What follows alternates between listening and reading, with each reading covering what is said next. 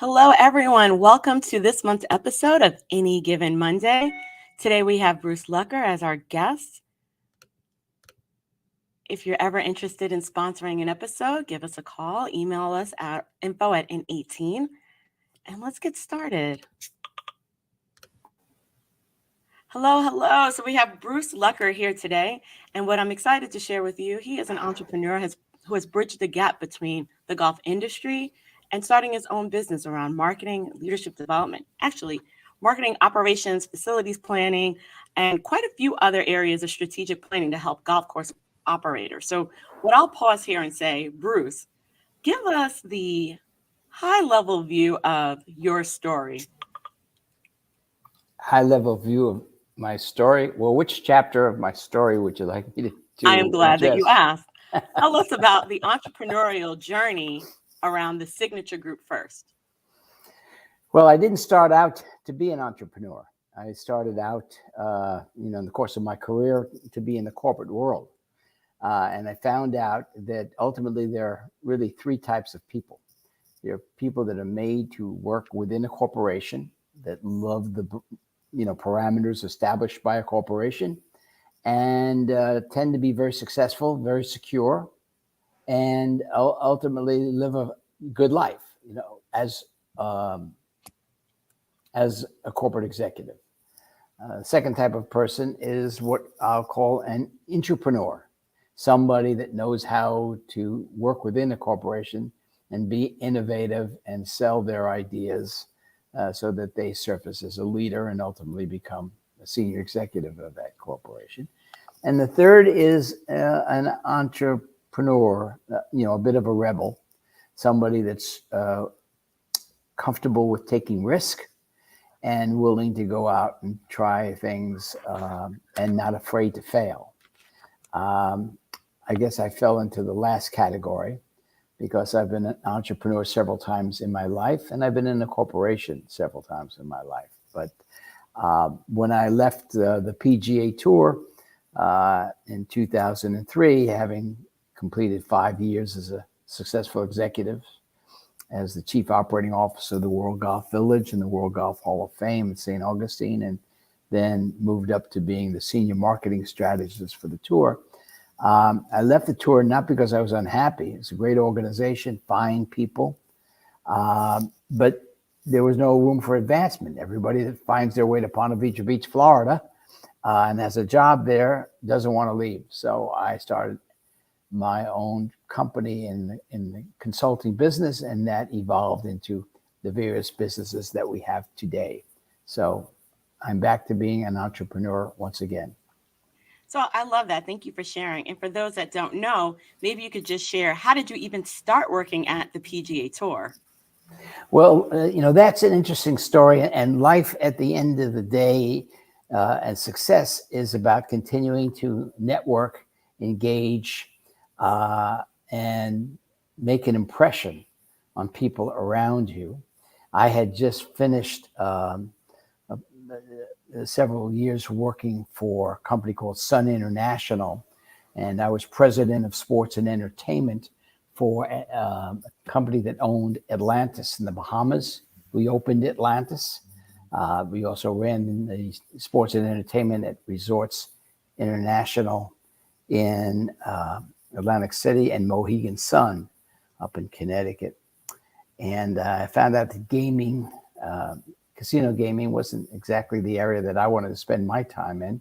So I transitioned out of there and started to look for my next adventure. It was starting my entrepreneurship once again, because I was always able to find a project here and there in the course of my life, which is the hallmark of an entrepreneur. And the president of Rockefeller Center, Inc., where I had worked previously when I worked for Radio City Music Hall, it was somebody that I knew well, and he ultimately said they were looking for somebody that tried to turn around the World Golf Village and the World Golf Hall of Fame. Was I interested in it? I said, that sounds intriguing. I ultimately bid on a project, and this is the mark of an entrepreneur. They wanted to find somebody that could do a project to figure out what would be the solution for trying to generate more activity and more revenue for the 6,000 acre destination and change the brand perception. I bid on that project with about 12 other major companies, including IMG, CAA, among others. And I was fortunate enough to win the bid. We wrote the report. I put together, as an entrepreneur, a team of people to work with me. We submitted the report. We presented it to the 6 principals that owned World Golf Village. They all loved the strategy, the solution. And then they said to the PGA Tour, which was the lead partner in this entity, hire the guy that wrote the report to implement the plan. And before you knew it, I was in the golf business. And that's how I arrived in the golf industry. So I love that. And in both stories, or in all that you've shared so far in the past 6 minutes, both times you bet on yourself. Both times you said, I don't see opportunity for growth here, or I see that people are complacent or just able to stay here forever, and there's no room for me to do the things that I want to do. But then also, you notice that an industry wasn't for you. So one of the things that I find amazing about entrepreneurs when I talk to them, they knew there was a moment to bet on themselves. If you could go back to that moment, do you recall what the thing was that made you say, I'm betting on myself and I'm going out on my own? In all due respect, LJ, I'm not sure people say I'm willing to bet on myself. I think you're constantly faced with alternatives every day. And ultimately, we have choices to make. I think it's having the confidence in yourself. That's a little bit different than betting on yourself. Having the confidence to say, I can do that. I can go out. I can find business. I can engage my relationships. I can look for opportunities. It's not being afraid to be prepared to extend yourself. If somebody walks in your office, LJ, and says, listen, I'm looking for somebody that could help me figure out how to create a destination that would have some excitement and attract this kind of demographic. Because ultimately, if I can create excitement around that, then I could build homes around that. And that's how I could monetize my investment. Can you help me? Well, you talk to somebody like LJ Finney, she's going to say, absolutely. And if she doesn't have the expertise, you bring in the resources and you build the team that helps you to be successful. That's what I've had the good fortune to do several times in my life. Okay, I love that. That was a quotable gem. When we are recapping this episode, we are definitely going to talk about confidence and the role that it plays in an entrepreneur's journey. So I needed that today. Thank you for that. You know, the unexpected gems are our favorite. And it's good because it leads us to the conversation, because you and I had discussed, is there room for disruptive thinkers like entrepreneurs in a space, in a game full of rules like golf? So as you were thinking about making these proposals, and as you're making proposals, because a lot of the clients you work with are emerging markets, they're stepping into spaces that aren't familiar for them, but you know the business, you know the game, you know the courses, you know the people. How do you move the needle and help people think a little bit differently and doing something different? Well, that's a great question, because we deal with different cultures, not only around the United States, but also around the world. We had the good fortune of being hired by the Asian Golf Industry Federation. It's based in Singapore, to write their strategic plan. They recognized that there was an appetite amongst the affluent communities within Singapore and Thailand and China, amongst other countries, and India, for golf. So the real question was, how do you introduce an appetite for engaging and growing the game of golf? In the case of golf, by and large, golf appeals to a cross section of demographics, but it really has a lot of appeal to what I would call the high end well-to-do, wealthier segment, regardless of your color or your culture. People that tend to be affluent spend more time in golf. And when you appeal to those sectors in any population, as we did in Singapore, you find people that are willing to invest in it, and therefore you begin to start,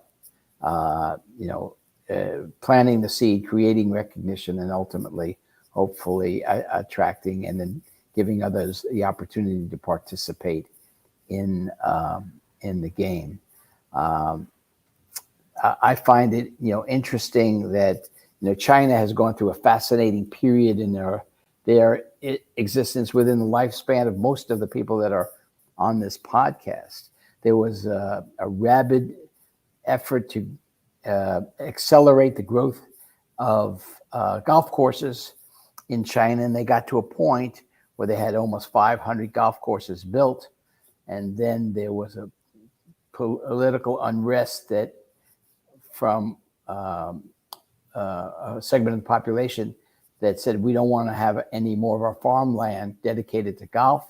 And so the government came in and bulldozed 65 golf courses in order to return that land to the farmers. I don't want to digress, but my point is every market, there's an appetite for golf.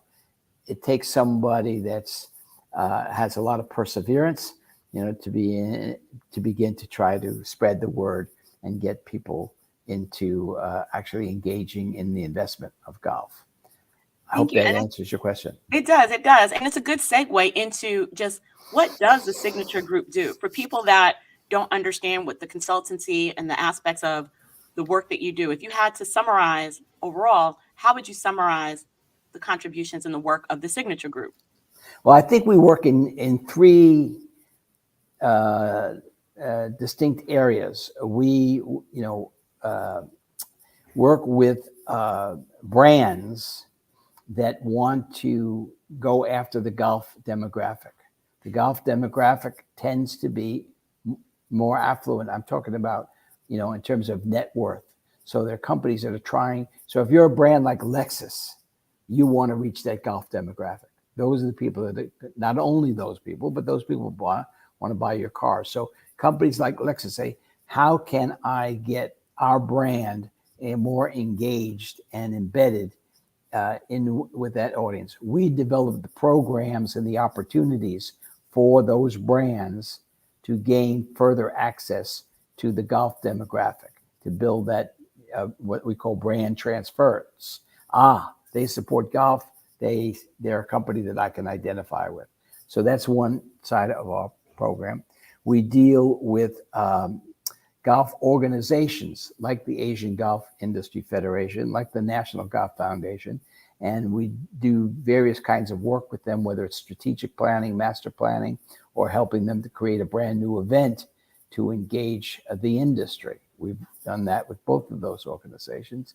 And then we work with golf courses and golf operators, whether that's the PGA pros that are working on the courses, or we're dealing with the clubhouse side, or we're dealing with the boards of directors. We get engaged by boards of directors that are trying to determine how do I, continue to create the appetite amongst our members to invest in our club without losing membership if we need to raise $5-10 million to renovate the club. We develop those programs for them and help them to implement that. So those are the three silos that we operate in.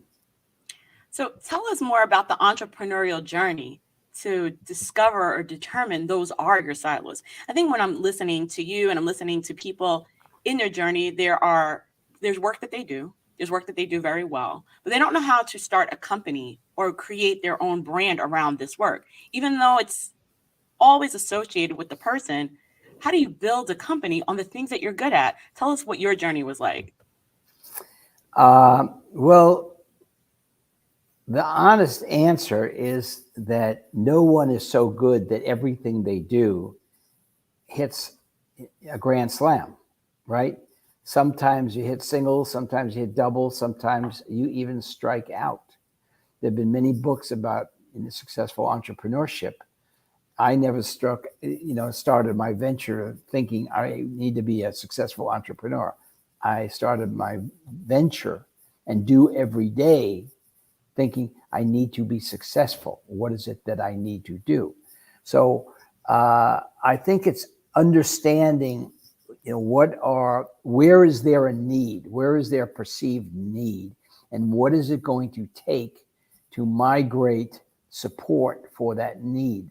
The support either comes from investment or it comes from a consumer that says, oh my God, I need that particular item. So we try to do our own analysis, whether it's sophisticated or not. It goes back to when we started Perfect Golf Event, which we started 8 years ago.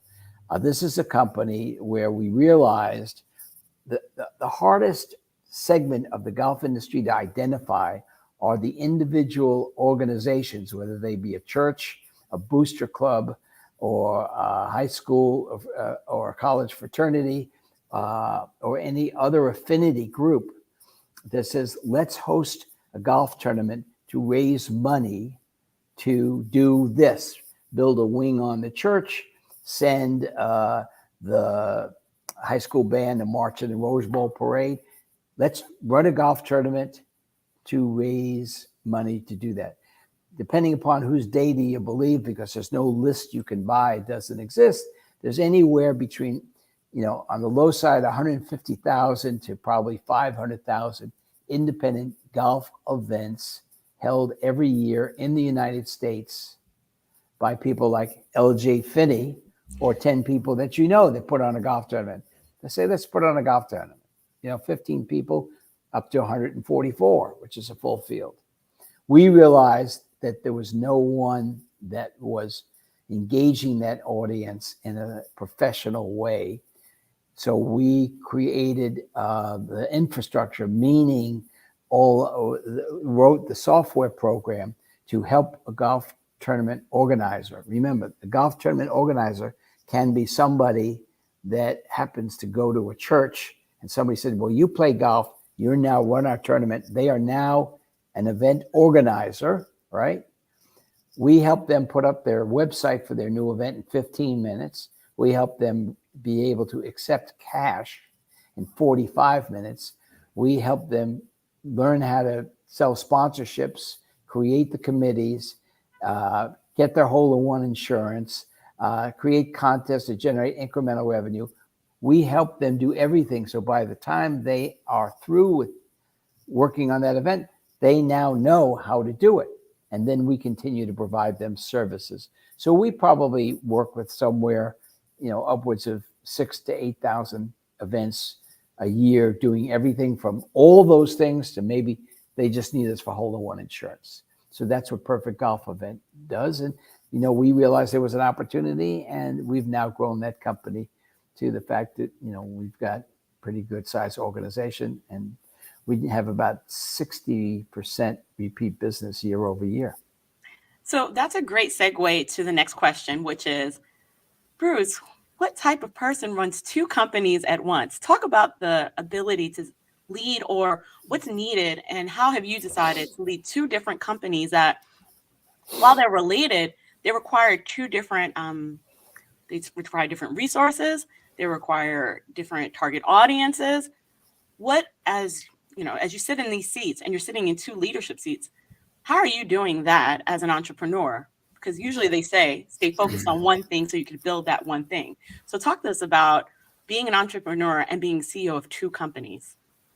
Well, I would say to you, I'm thinking about another fellow named Jim Hinckley, who was president of Club Corp for years, now is president of Century Golf. He also runs Arnold Palmer Golf Management.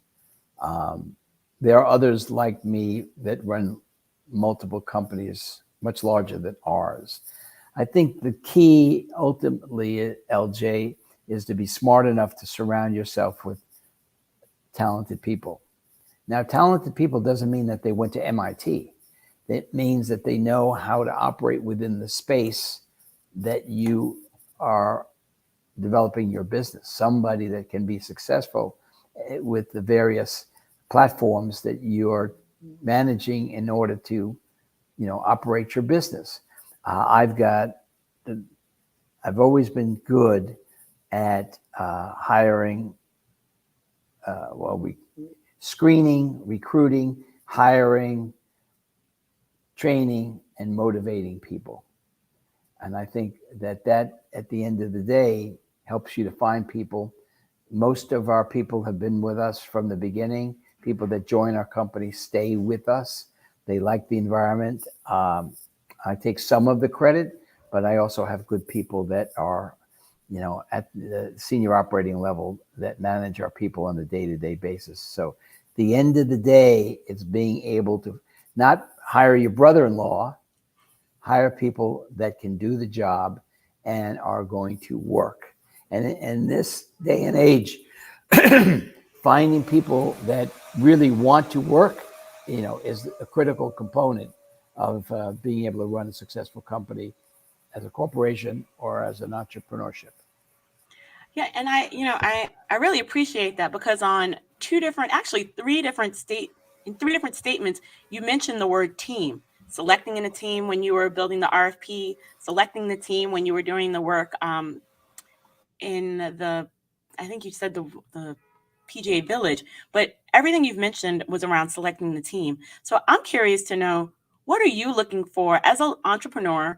And you said you surround yourself with people, but what are you often looking for when you're building these teams on for different projects? Um, uh, I won't put it in an order, but I think that there are things that any one of the folks that are listening in today would say logically are qualities that you need to see in someone if you're going to invite them to be part of your company. And that is initiative, that people are not scared, that when you ask them a question and all you get is a yes or a no, it tends to be a short interview. When you ask a question and people are smart enough to say, yes, I did that, let me give you an example. Or, uh, yes, I did that, and let me tell you what I learned about that. Or, yes, I did that, and let me tell you what a big mistake it was. People that show initiative is a quality that you're immediately drawn to. And then people are smart enough that can really think through things and don't just make statements, but are able to back it up with examples, with information, or some form of, I don't want to say education, but data that makes you feel comfortable that this is a thoughtful person that's not just trying to, as we've seen in some political figures that just make a statements but don't have any substance to back it up. So having substance, having a personality that demonstrates that they're willing to generate initiative, and at the end of the day, making sure that they're going to get along with other people on the team, works and plays well with others. I love that. I love that. And so one of the things you mentioned was, is there a space for an entrepreneur in golf? So if there's a person that loves golf or they're adjacent to golf and they've got this business, whether it's like a juice bar or they are the leader in, I don't know, yoga or Pilates, or they make rivets or something, where is there a space for entrepreneurs in the golf industry? And what does that look like getting into it? Well, I think you told me that you've been to the PGA show in I Orlando, have, right? I And have. as you walk those booths, you'll see lots of entrepreneurs. We call them like the entrepreneur of the day. Somebody comes up with a brand new training aid. Oh my God, this is going to help lengthen your drive by 50 yards. And they run around, they call their parents and their grandparents, and they get enough money to fund their idea. So, there's no shortage of entrepreneurs in the golf industry. There's a shortage of how many are successful that perhaps don't understand. When we started Perfect Golf Event, we were not an instant success, only because no one knew who we were. You'd have to create some measure of recognition You have to build loyalty. You have to get someone to try it. You have to, we get, 5 stars on Trustpilot. We get all kinds of testimonials. You have to earn that. And so you have to have the bandwidth to be able to earn it. So back to your point, many PGA pros are entrepreneurs because they operate the golf shop, and that's how they're getting compensated. There are many. Take a guy like Mike Zisman, who happens to be a good friend, a genius, came out of IBM, sold his company to IBM, became a MIT tech professor, and he was a golfer. And he got frustrated in trying to deal with the lack of, technology that was available to, plan golf trips. So he started a company, and ultimately that company morphed into what is now known as Golf Genius. Golf Genius is a software platform that's used by over 9,000 golf courses today and adopted by the USGA. But Mike was an entrepreneur, had the stick-to-itiveness. It was the willingness to put raise the capital, go into it. So there are entrepreneurs in the golf industry every single day. There's clearly lots of opportunities, but again, it requires patience, it requires tenacity, it requires capital formation, requires putting together the right team, and ultimately requires being able to come up with a plan to share it with your target audience, whether that is the golf owner or the operator or the golfer themselves. Many people have an opportunity to create something that's going to be good for the golfer, but you've got to figure out how to get the message to the golfer. I hope I haven't been too wordy, but I wanted to share all those thoughts with you. Not wordy at all. And buried within all of these gems of wisdom was the one around capital formation. Talk about the importance of capital formation for any entrepreneur. Well, that's an intriguing subject. When you go to raise money, just look at the feature film industry. My son happens to be in the feature film business, and what happens is somebody writes a 2 or 3 page treatment about their idea. They take it to the development people at a studio, and based on those 2 or 3 pages, somebody will say, "All right, we'll give you $2 million to do the pilot." And they do the pilot, and they test it, and then they get $30 million to do their movie.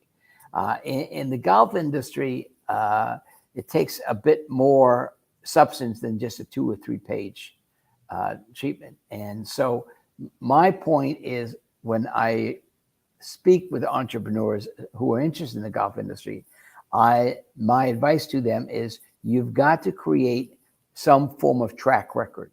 If you live in the Seattle market and you have an idea, then you need to take that idea, try to create a way that it can be demoed, or as we like to say in the data business, beta tested, whether it's beta tested at 1 course, 3 courses, 10 courses, and before you know it, you've got all the courses in Seattle that are using it like it. Now you've got some track record that you can take and leverage, help you raise real money to go and implement and grow your idea. I love that. So we're almost at time, and I guess the question for you is, do you have any parting words of wisdom for entrepreneurs, actually for aspiring entrepreneurs that have not left their corporate job yet? I think my parting words would be that, like people like to say, well, follow your dream. I think that that's a noble thought. It's not necessarily a practical thought. I think ultimately each individual has to decide what kind of personality they are. Some people can work successfully in a corporation, and in their spare time, they can write a book. But some people, need the framework of what a corporate job offers them. We need those people in the world. Other people, a bit more, have a greater affinity for risk-taking and want to do things on their own and are prepared to the downside of the risk, whatever that may mean. So I think that one has to figure out what is their DNA, what is their tolerance. If they have a burning desire to go out and try something, do something, develop something, then I would say, then do it. Absolutely do it. And don't look back and regret it, because it's like the guys that come out of college that want to play in the NFL. Well, if you don't ever try it, you never know if you're going to make it, right? Same thing with women who want to play professional soccer. If you have that burning desire, then go and do it. And if it doesn't work, well, there are lessons I learned. That's what I got from that. Put that in the bank as, value, and then move on to the next chapter. I think that was epic. Thank you, Bruce. And thank you for joining us today on Any Given Monday. That's it for today. Thank you. Thank you, LJ.